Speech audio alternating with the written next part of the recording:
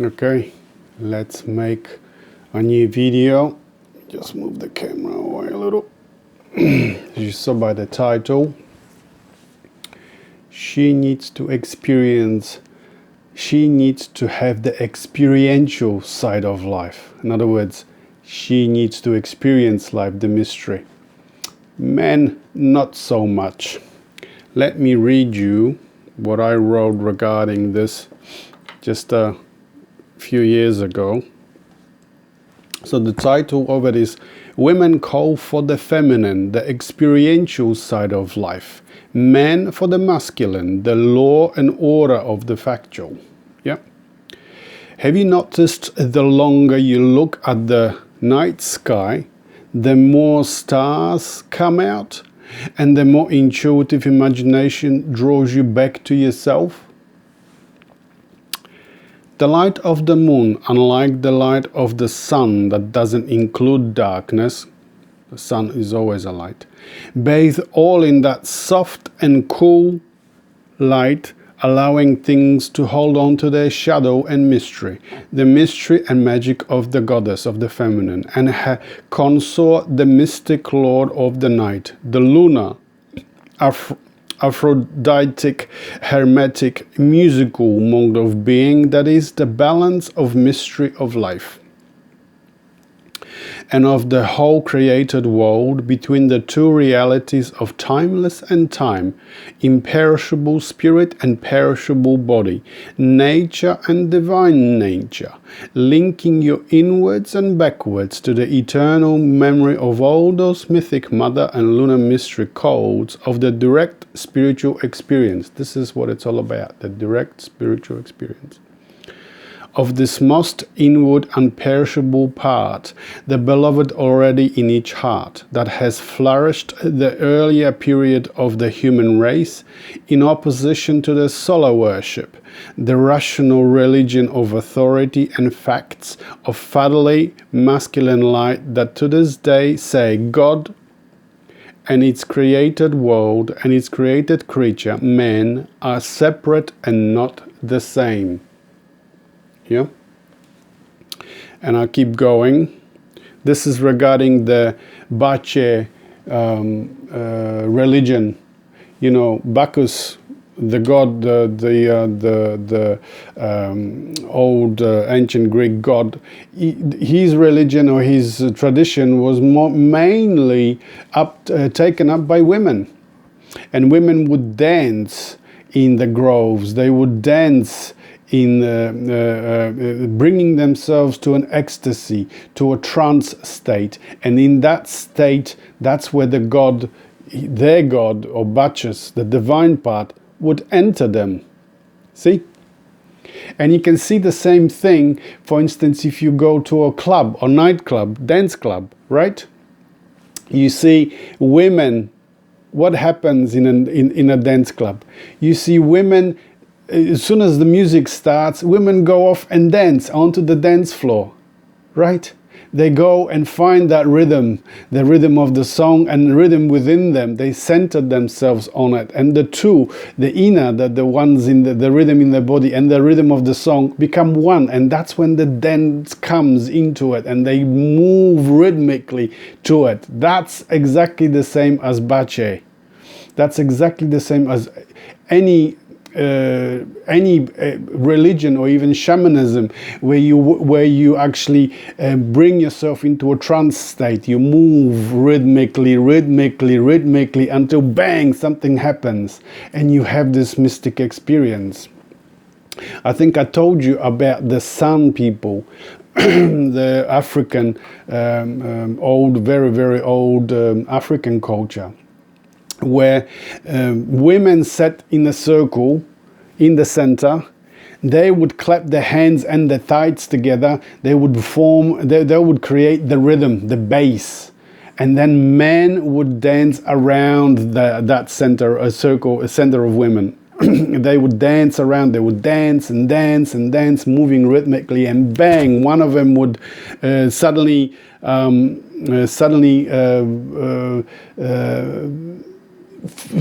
he would go into this trance state, He would go into a trance state, and he would begin to climb, and there he was at the top of the apex of the cosmic tree, if you like, or the cosmic axis. And he would be in front of the presence of the divine, in front of the presence of God, and then many of them would say, "Oh, you have to make yourself so small because you're in the presence of God." And then they would begin the journey back, climbing down the axis from the apex until they came down to the everyday level. And then there would be other men that have already experienced this.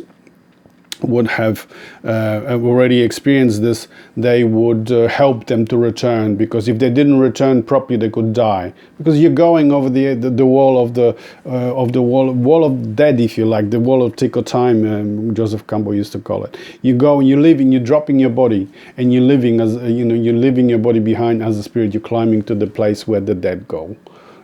To the center, to that most inward center, to the divine part, the archetypal, if you like, the collective unconscious. So I'll read you a little bit more from this article, then I'll give you more examples. In intoxication, physical or spiritual, the initiate recovers an intensity of feeling which prudence had destroyed. This is regarding the Bache tradition.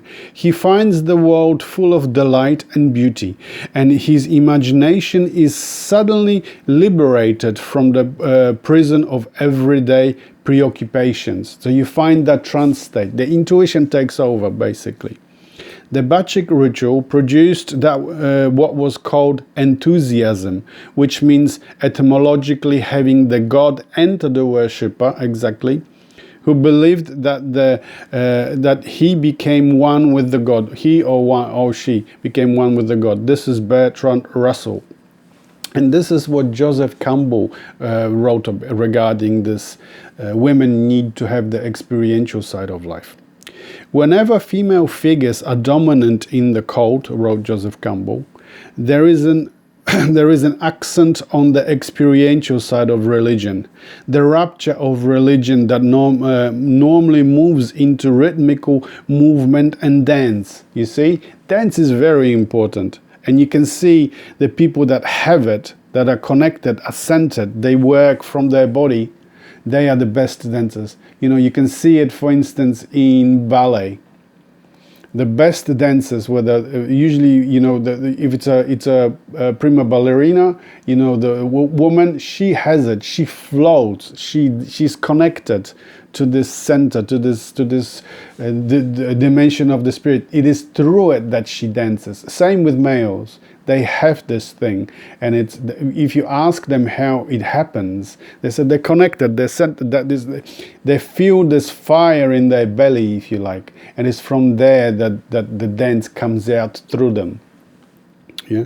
So this is Joseph Campbell. There is an accent on the experiential side of religion, the rapture of religion that normally moves into rhythmical movement and dance. The dance, rather than dogma, for the theoretical side, comes up with the masculine mythologies. The women ask for the experiential, and they call it force through the dance. And this comes back with Bache and the rebursting force of this Dionysian dance after years of suppression. Exactly. In our Western tradition, in our three Abrahamic religions, the patriarchal religions of Judaism, Christianity, and Islam, this experiential side of life is not allowed, right? That's why there was a persecution of 5 or 6 centuries of women in Europe, of the so-called witch trials, the burning times, because women were closer to nature, they were closer to the dimension of the spirit, and they knew that's how they healed others. Through nature. You're not allowed in masculine mythology, in these religions, in these 3 Abrahamic religions, you're not allowed to step out of the program, of the map. Only the church has the access to the divine, to God. So if you had the access yourself, you'd be vilified. You would be demonized. That's why these women were demonized. They were called. It was said that they had connection with, that they had a relationship with the devil. So the people that the church, but the people that were actually condemning these women were looking for signs of connection to the devil. So hair or horns or some other blemish on the body, and that would be called that this is she is practicing the devil worship. So, but the devil himself really was a nature god like Bache. So the women are naturally more connected to this dimension of the spirit, to the dimension of nature, to intuition, to the feminine. Yeah, and that's why women need to have experiential side of life. We men don't. So going back to that example of going into a nightclub and you see the music starts and people start tapping their hands and it is feet, for instance, or so on. Women straight away go into a dance floor and start moving. They connect to that rhythm, their own inner rhythm and the outside rhythm become one, and that's when they dance. But we men, we stand around usually with a beer in hand, get slowly drunk and look for our next victim. If we get drunk enough, we might actually go and try dance, and usually that turns into a disaster, if you know what I mean. Some men, of course there are men that are natural dancers. They are connected, they're talented geniuses, and they connect to that rhythm naturally, just like women. They learn it from women. But most of us men are not like that. We have been taught out of trusting our own inner nature, the nature of our body, the feminine part, the intuitive part. Yeah? So, I'll give you another example where women are like that. For instance, I have a friend, and she used to, she worked in a shop, a new age shop. This is many decades ago, and I used to come because I found it fascinating. I found it fascinating, the books, the tarot cards. This is way before I knew anything about the tarot, or I knew anything about Jung and so on, or the spirit, connecting to the spirit. But I was intuitive. I was born intuitive. So all these things were already talking to me. The books, the smell, the incense in there, the cards, the crystals, all those burning special burning things for oil, and they also had a massage at the back of the shop, and they would massage, because there were a couple, a man and a woman who run the shop together, but she was very intuitive. And I remember one time I visited the shop like I normally do, and she just looked at me and she said, "You have to start writing down your dreams." "Do you write down your dreams?" she asked. "No, I don't. I didn't at that time. But I remember my dreams," I answered. She says, "You have to start writing down your dreams." So I bought my first a notepad, and I started writing down the dreams. And it wasn't long after that, maybe a month or two, when the big dreams started to appear in my life. I write about them in my book, Where We Dreamed a Single Dream. The dream where the feminine, all dressed in white, she hovered above me in bed and gave me instructions. She actually arrived and sat on the bed and started blowing into my nose. Was it my ear or my nose? And I experienced the leaving of. I dropped the body and I floated out of the bed. I couldn't move for a while. When she sat on the bed, I think I'm sure I've shared with you. She arrived. I was praying. I was asking, because I was terribly depressed. My new job, a lot more money and everything, but the experience was terrible for me. Working 12 hours a day, 4 days on, 4 days off. Sometimes night shift, sometimes day shift.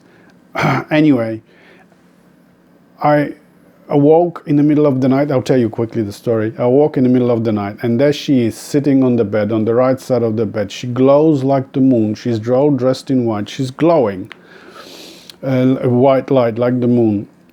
She didn't say anything, but all she did, I couldn't move. I was so frightened that I couldn't move, because this is one of the very first experiences that I have with it. And she seems to have these long sleeves that are drooping long sleeves of her dress, and the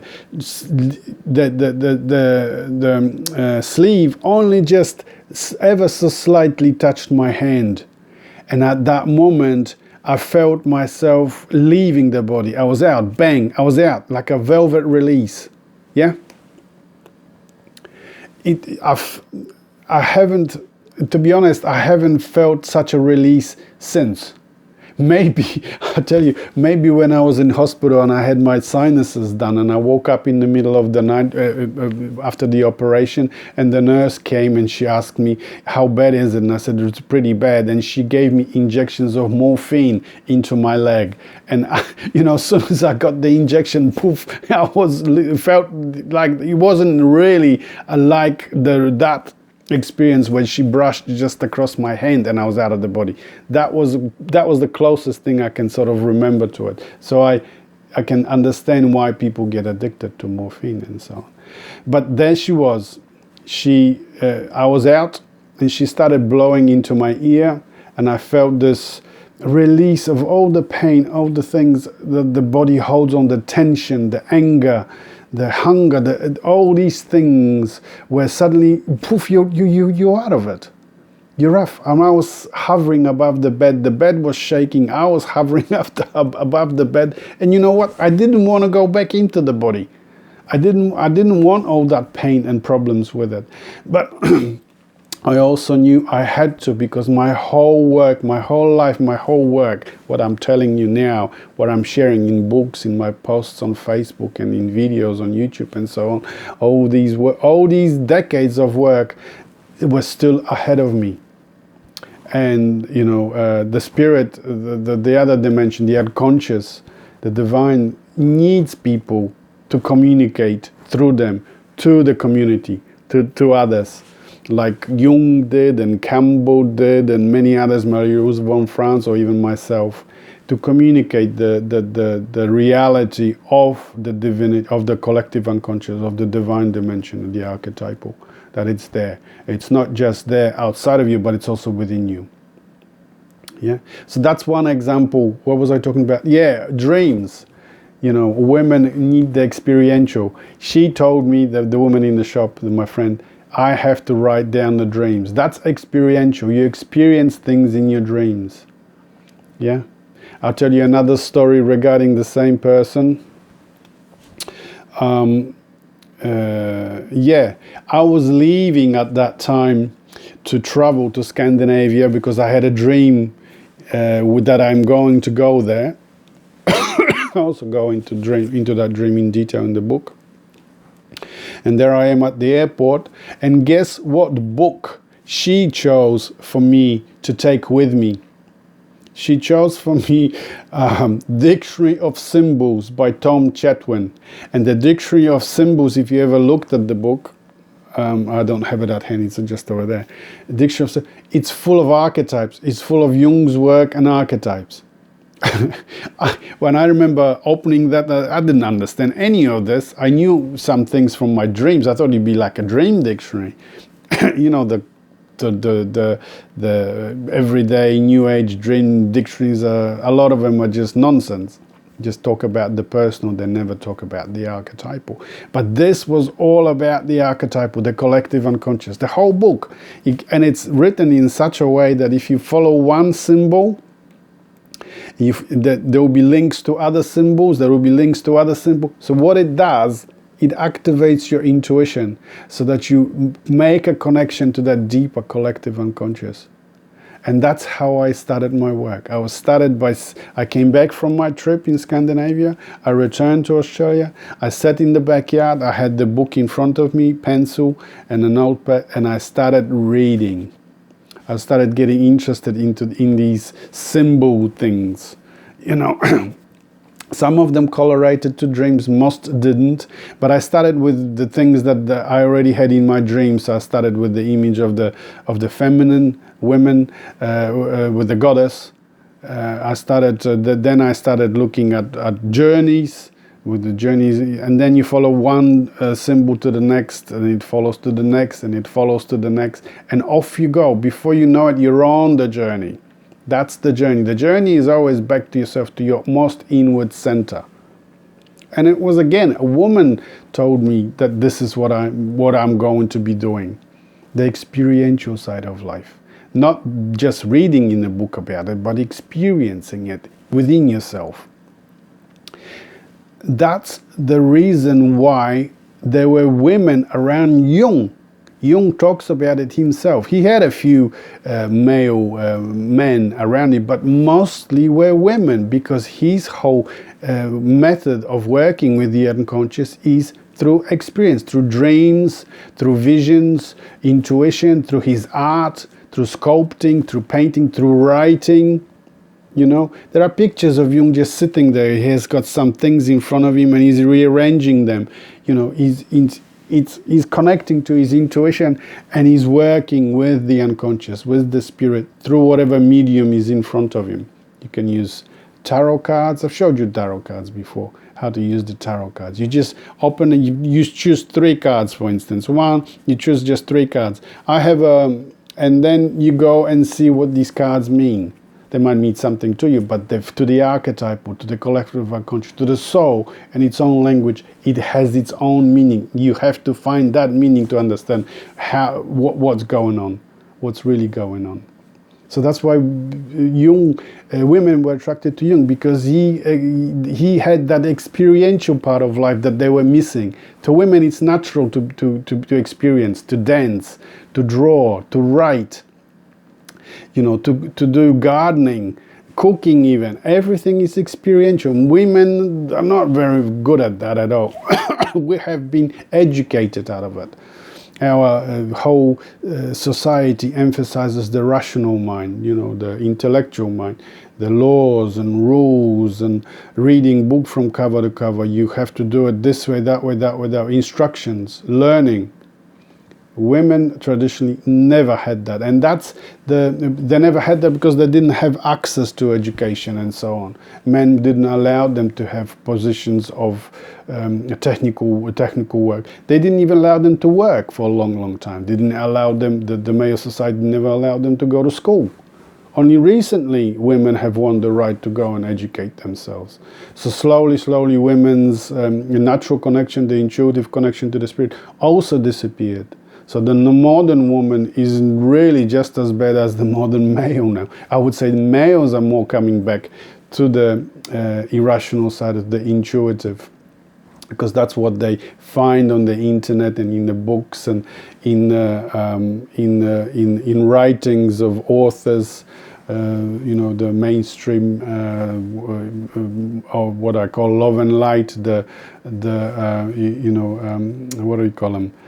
New age sort of a thing. I call it love and light because a lot of it is not experiential too. It's all to do with just following a guru or method or something. You know, go to an ashram, you follow this and this. So you don't have your own experiences. You have to follow instructions. So that's why I call it love and light. But the modern woman has missed that now. A lot of my followers, the books that I write, that they were asked for, the books that I wrote, especially where within the single dream, were asked by women that follow my work. Most of my work is followed by women, and women get in touch. It's only women that come to me and explain their dreams, to interpret their dreams. I haven't had one male come to me yet in the years that I've been doing this to ask me to explain their dreams or interpret their dreams. Only women.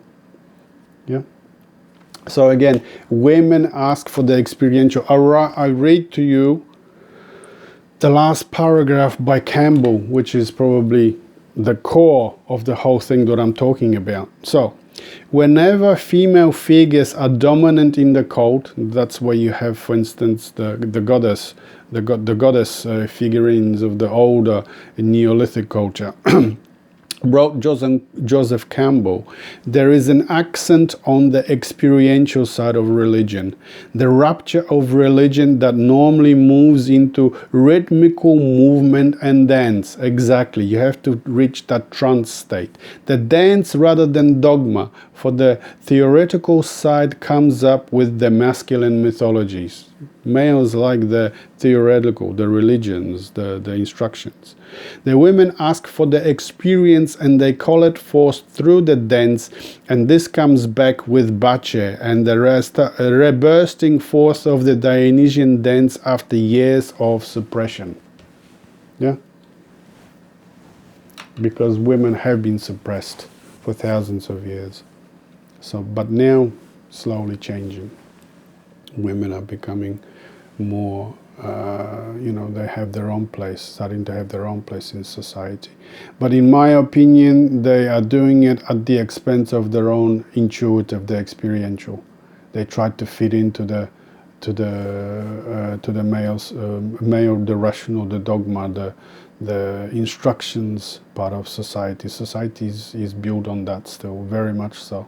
The irrational is not valued. The intuitive is not valued, and women are trying to cram themselves into this, doing themselves a lot of damage. And that's why many women are attracted, I imagine, to my work, where the experiential, the side of the body, the spiritual, the spirit, your energy that moves you into mystical experience of the divine is what attracts them, because this is what they're missing. They've been connected to that for thousands of years, and now society is trying to sever that connection to them. And the same with men. Anyway, so that's what I wanted to talk to you about today. Thanks for listening, and I'll see you in the next one. Bye.